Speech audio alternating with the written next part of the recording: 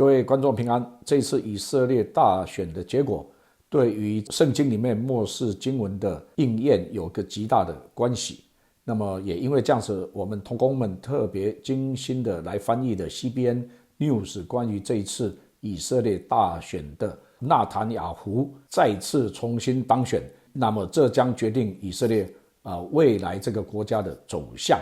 那么影响的层面有两个，第一个就是 Two-State Solution 两国论，或是两国分治，就是指巴勒斯坦跟以色列划分领土。那这个是圣经里面一再告诉的说，如果这样的话必将引来战争。但是呢，这一次的大选结果呢，在短时间之内，在纳坦雅胡执政的期间呢，会避免这件事情的发生。第二个呢，它将促进亚伯拉罕协议 Abraham Accord， 就是川普当初所推动的，而且是在现在进行式里面更大幅度的来扩大这个 Abraham Accord。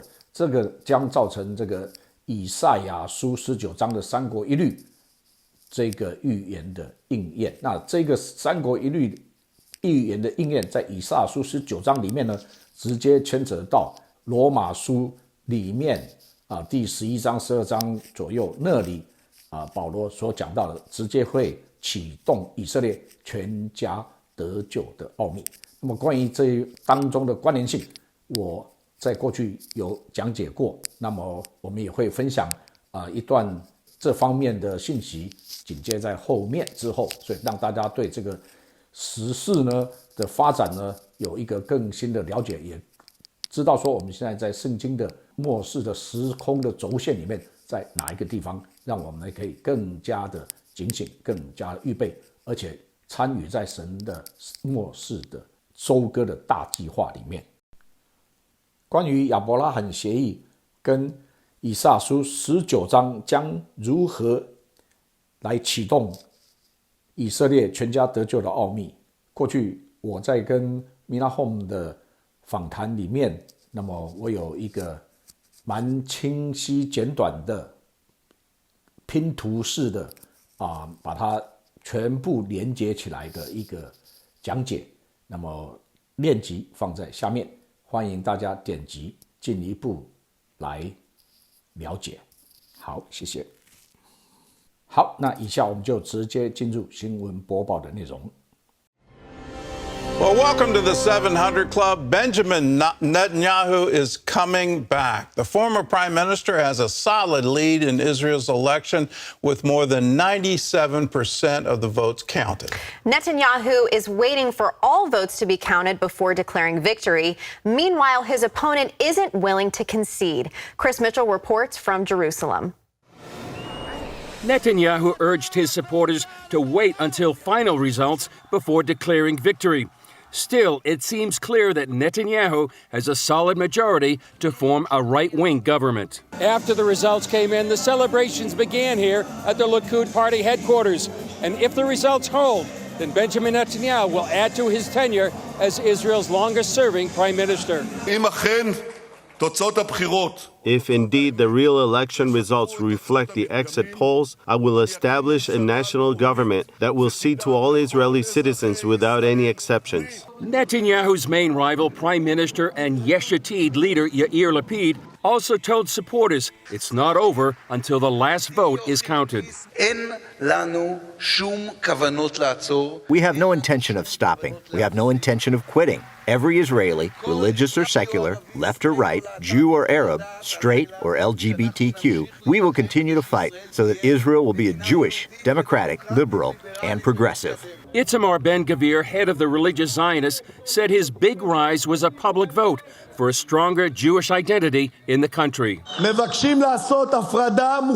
We want to make a total separation between those who are loyal to the state of Israel and those who undermine our dear country. Former Israeli ambassador to the UN, Danny Danon, says he believes Israelis want to live peacefully, and they see Netanyahu as a stronger leader than Lapid. We will correct all the mistakes that Lapid made during the last year, whether it's in the economy, foreign relations.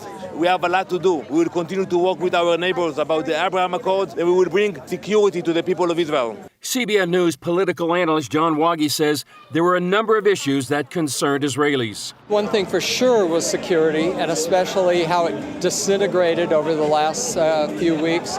Another thing is people just want to be done with elections. Yair Lapid's commitment to a two-state solution in front of the United Nations has an impact. Polls showed that Netanyahu would just barely get to the 61 seats needed to form a coalition. But now we're hearing that could be as high as 65 seats. Gordon? Strong showing. We've had years of election after election after election and governments that couldn't be stable, and to hear that he could have 65 seats, which would lock him in as prime minister. Why such a strong showing right now? Well, it was kind of stunning to many people over here, Gordon, for weeks. You know, we've been talking about maybe 60, 61. I think, first of all, Gordon, Israelis turned out in huge numbers yesterday, the most since 1999. Many analysts say there was a choice that Israelis had to make. One was a biblical, nationalistic view of Israel and its sovereignty versus another more secular, progressive Israel and something more in line with European values of the European Union. Another reason, Gordon, was a lack of security that really touched a nerve.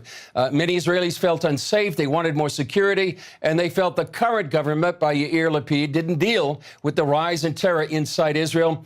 And I think they also rejected the policy of a two-state solution. That's something Yair Lapid mentioned when he spoke to the United Nations. And also the government of Yair Lapid that depended on a party associated with the Muslim Brotherhood. And so another major factor, Gordon, is the stunning rise of the three religious parties that now have more seats combined than Likud itself. They have 34 seats at the latest count. In particular, it was the rise of the religious Zionist Party, and those policies are for more security and a greater Jewish identity, and this kind of policy resonated with a number of Israelis. Well, why does Netanyahu appeal to those parties? He's secular. He's not part of any particular one of them. So why does he appeal so much to them? Well, you know, throughout his tenure as prime minister, and particularly in the last 10 years, he's really depended on many of the religious parties. Even though Likud is not a religious party itself, this would be Shas, United Torah Judaism, religious Zionism, and really they have become part of a, elemental part of a coalition led by Likud, even though Netanyahu may not be as religious as they are. And so really that's what he depends on. Sometimes he's gone to the left or center left for his coalitions, but right now it appears that Likud and these three other religious parties, they're going to have a solid majority in the next Knesset and really be able to implement the kind of policies they're advocating right now. Well, walk us through the timeline of establishing a government. What happens next? Well, right now, the day after, they're still counting. It's not official yet. And once the election is certified, probably in several days, and Israel's president, Yitzhak Herzog, he's going to sit down with all these political parties. He's going to ask them who they want to form the next government. And based on the results right now, it seems likely that's going to be Netanyahu and the Likud party.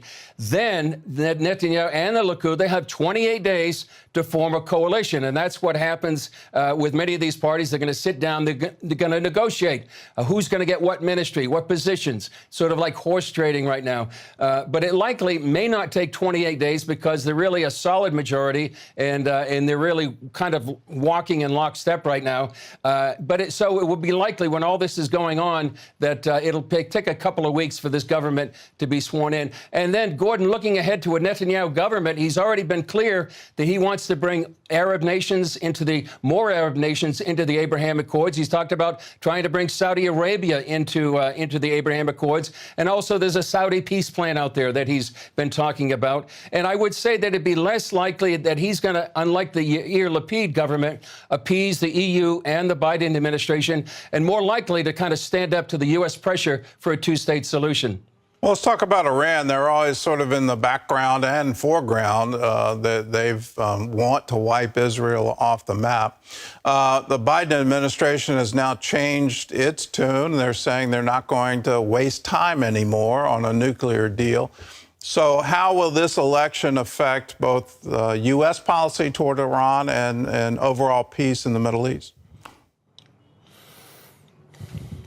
Well, first of all, I think any possible Netanyahu government will say, what took you so long to come to that conclusion that says, you're wasting your time with a nuclear deal with Iran? They've been consistently against, any sort of nuclear deal with Iran. Netanyahu, you remember, famously spoke against the first nuclear deal in Congress in 2015.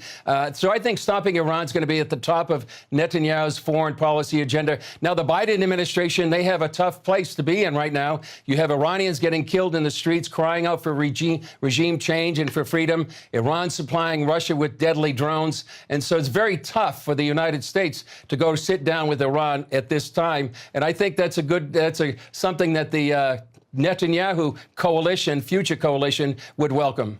Well, I hope it leads to further isolation of Iran, that they're the largest terrorist state in the world right now. And what they're doing, the U.S. should never, ever support. So it's an interesting day, and I didn't expect these kinds of results. So thank you, Chris, and thanks for. Well, over the last quarter century, no leader has made his mark on the modern state of Israel like Benjamin Netanyahu.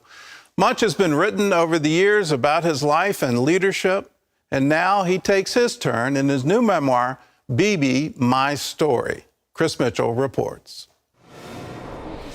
While most of the world may know him as Israel's longest-serving prime minister, Netanyahu expands on his life in Israel, from the early days of independence to its emergence as a global power. He recounts his family's impact on his life, including his father, a world-renowned historian, his Zionist mother, and his older brother Yonatan, who died in the famous Entebbe raid to rescue more than 100 Israeli hostages.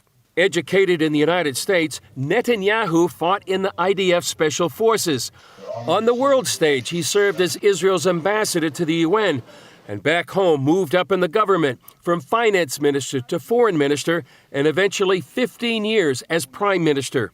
Credited with transforming the country's economy, he set the stage for Israel, becoming known as the startup nation. Netanyahu managed U.S.-Israel relations with 3 presidents and helped forge the historic Abraham Accords. Now, as Israel heads to its 5th election in less than 4 years, Netanyahu's Likud party is the frontrunner in one of the country's most turbulent times in recent history. Given all the accomplishments, Netanyahu says his life work can be summed up in one sentence: that he helped secure the life of the Jewish state and its future. Well, former Prime Minister Benjamin Netanyahu joins us live via satellite from Tel Aviv. And Mr. Prime Minister, thank you so much for being with us today. Good to be with you. Well, let's start with a real broad question. Your life parallels the life of modern Israel. You were the first Israeli prime minister who was born in the modern state of Israel. So give us your assessment. How would you assess where Israel stands today? Well, look, the founding of Israel came after centuries of exile, pogroms, massacre, culminating in the greatest massacre of them all, the Holocaust. And the founding of the state was meant to really to do 2 things. One, to fulfill the biblical prophecy of the ingathering of the exiles, and also the renewal of Jewish sovereignty in our ancient homeland, the land of Israel. That was achieved. But once it was achieved, it wasn't necessarily permanently guaranteed unless we made sure that it was guaranteed. So while my father's generation was charged with founding the state, my generation was charged with securing its future. And I devoted my life to make Israel strong economically, strong militarily, strong diplomatically, to be able to create what I call the iron triangle of peace. We're so strong that the Arab countries around us, instead of seeking to destroy us, recognize that we're here to stay.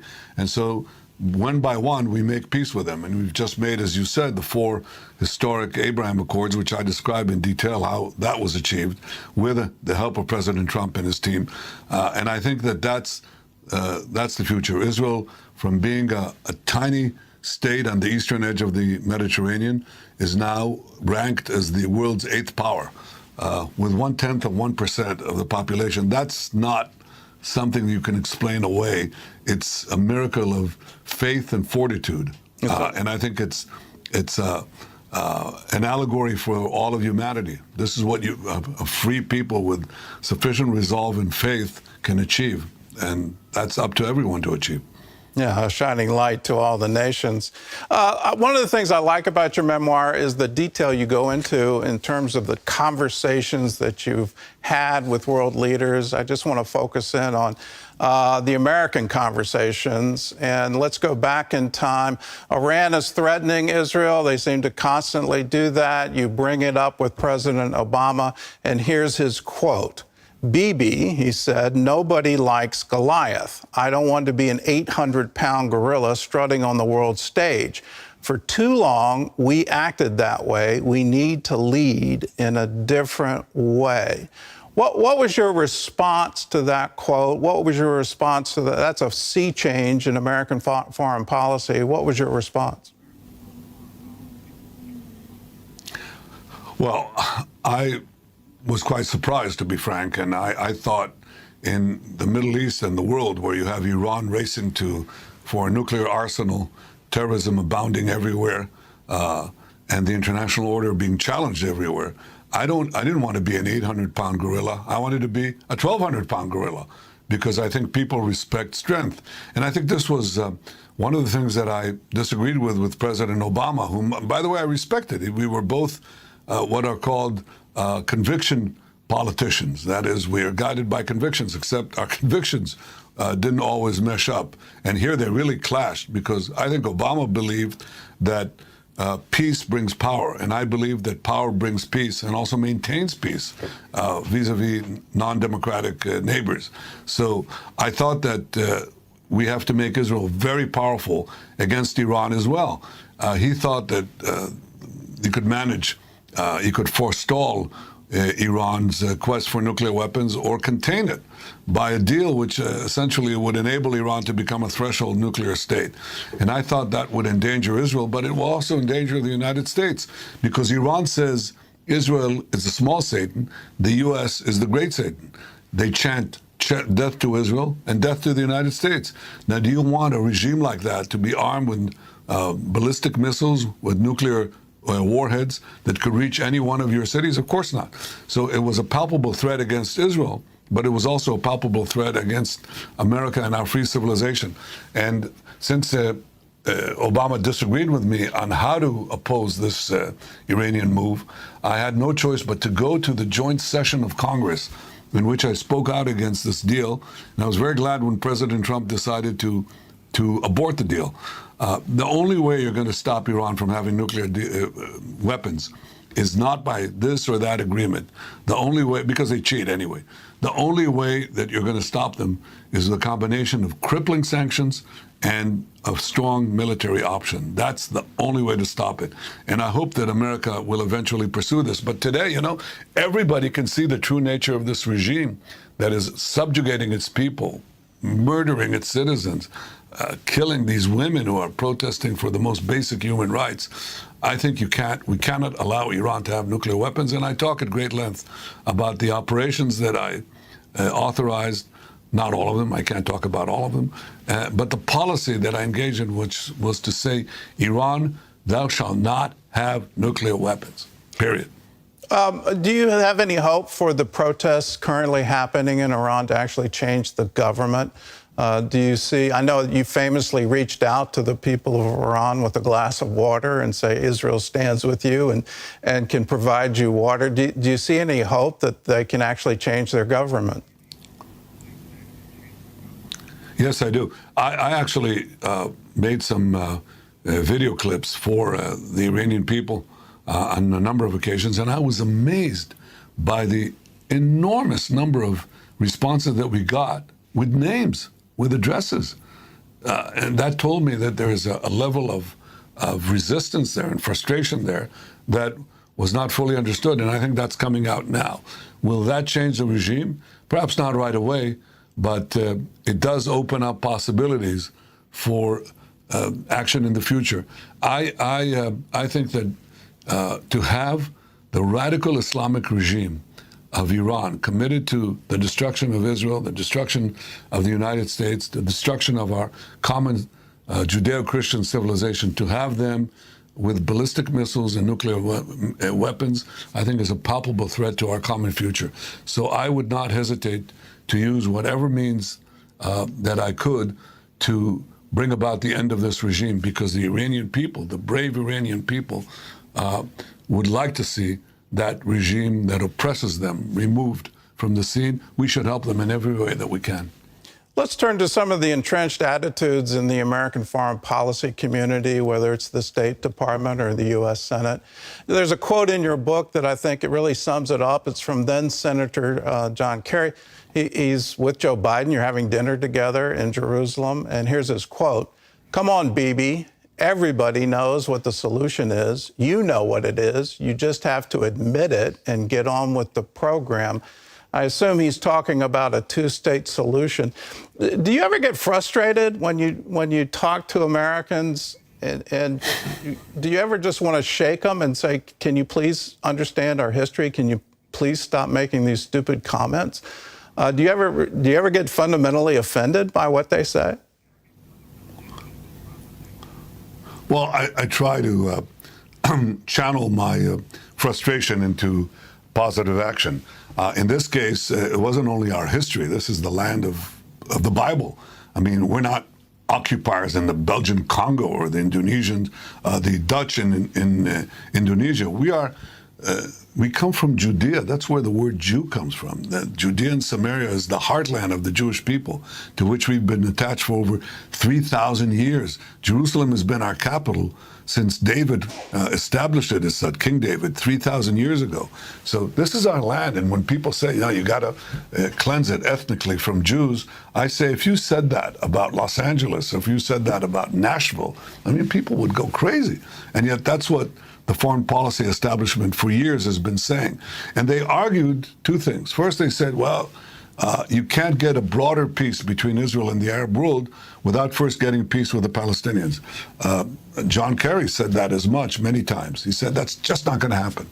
And I knew that that was an impossible obstacle, because the Palestinians don't want a state next to Israel. They want a state instead of Israel.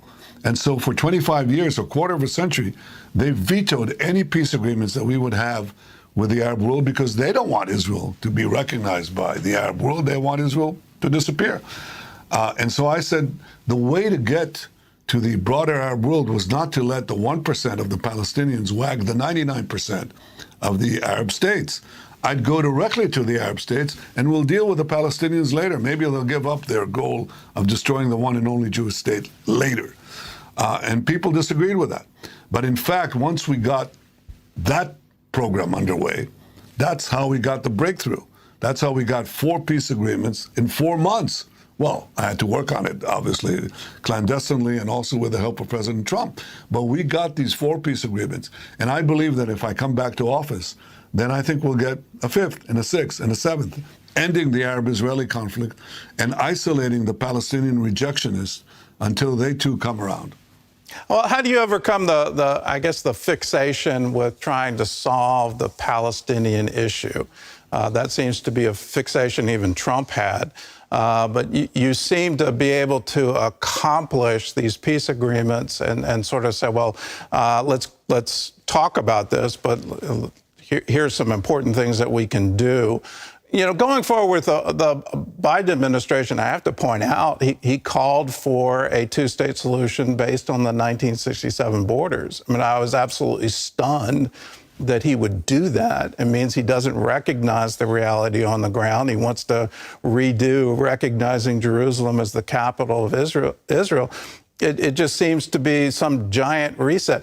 How are you going to move forward with these peace agreements when there seems to be this fixation with let's solve the Palestinian issue? Well, the problem is that people don't understand what the Palestinian problem is.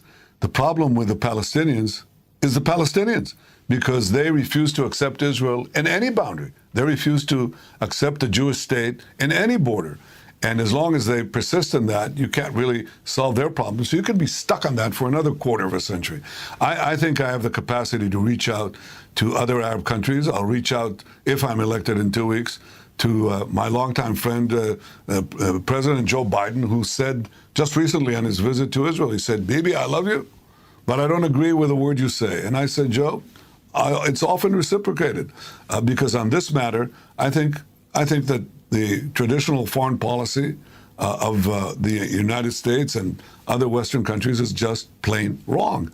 There is a broad peace to be had out there. We just proved it with the Abraham Accords.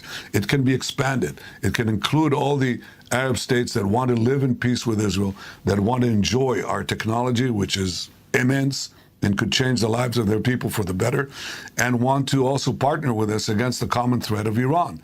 And this opens up just a vast possibility. If you're going to be stuck on the Palestinian rabbit hole, just sink into that rabbit hole, you're not going to get anywhere. So I think that what you do is you focus on results and you plunge ahead. And by the way, that's what I did with the Arab states in 2015 and described this in my book. I went to Congress before President Trump came to office, and I spoke out in a joint session of Congress against the impending Iran deal. And that was a very tough decision to make. I mean, it wasn't easy to do because America, under any president, is our indispensable ally. And to go into the lion's den of the joint session of Congress to challenge a sitting American president, as I did, was no easy matter. But I decided to do it because I knew that the deal with Iran, the nuclear deal, would endanger the survival of my country. The interesting thing was, and I write about this, is that while I was speaking, we got phone calls, my delegation got phone calls from Gulf leaders who were amazed that I was speaking up for what they, were saying in hushed tones and, in the corridors, so to speak. And they said, if your prime minister is willing to stand up to Iran this way, we'd like to meet him. And that led to clandestine meetings and ultimately to the Abraham Accords. So I think you just have to be very firm in your belief, do what you think is right. Politics involves a lot of times compromises, that's natural, but I don't compromise on one thing, on Israel's security and our survival. That's something I stand on. And if need be, I stand alone. But I know we have many, many friends in America and around the world. And by the way, a great majority of them are evangelical and believing Christians. And it's an opportunity to say thank you to all of you. Well, I want to take this opportunity to say thank you. You may have thought you were going into the lion's den in that joint session of Congress, but those lions gave you a standing ovation. And afterwards, I heard from a lot of my friends, could Bibi run for president here in the United States? So congratulations for standing firm. And we're with you, and we're with Israel. And I hope everyone can get a copy of his new memoir. It's called Bibi, My Story. We've just scratched the surface here. If you want an in-depth conversations, all the details of the peace agreements, the Abraham Accords, what David Friedman did, all of these wonderful things that have happened. Get the copy of the book. And Mr. Prime Minister, thank you again. And thank you for all that you do. And thank you for standing strong.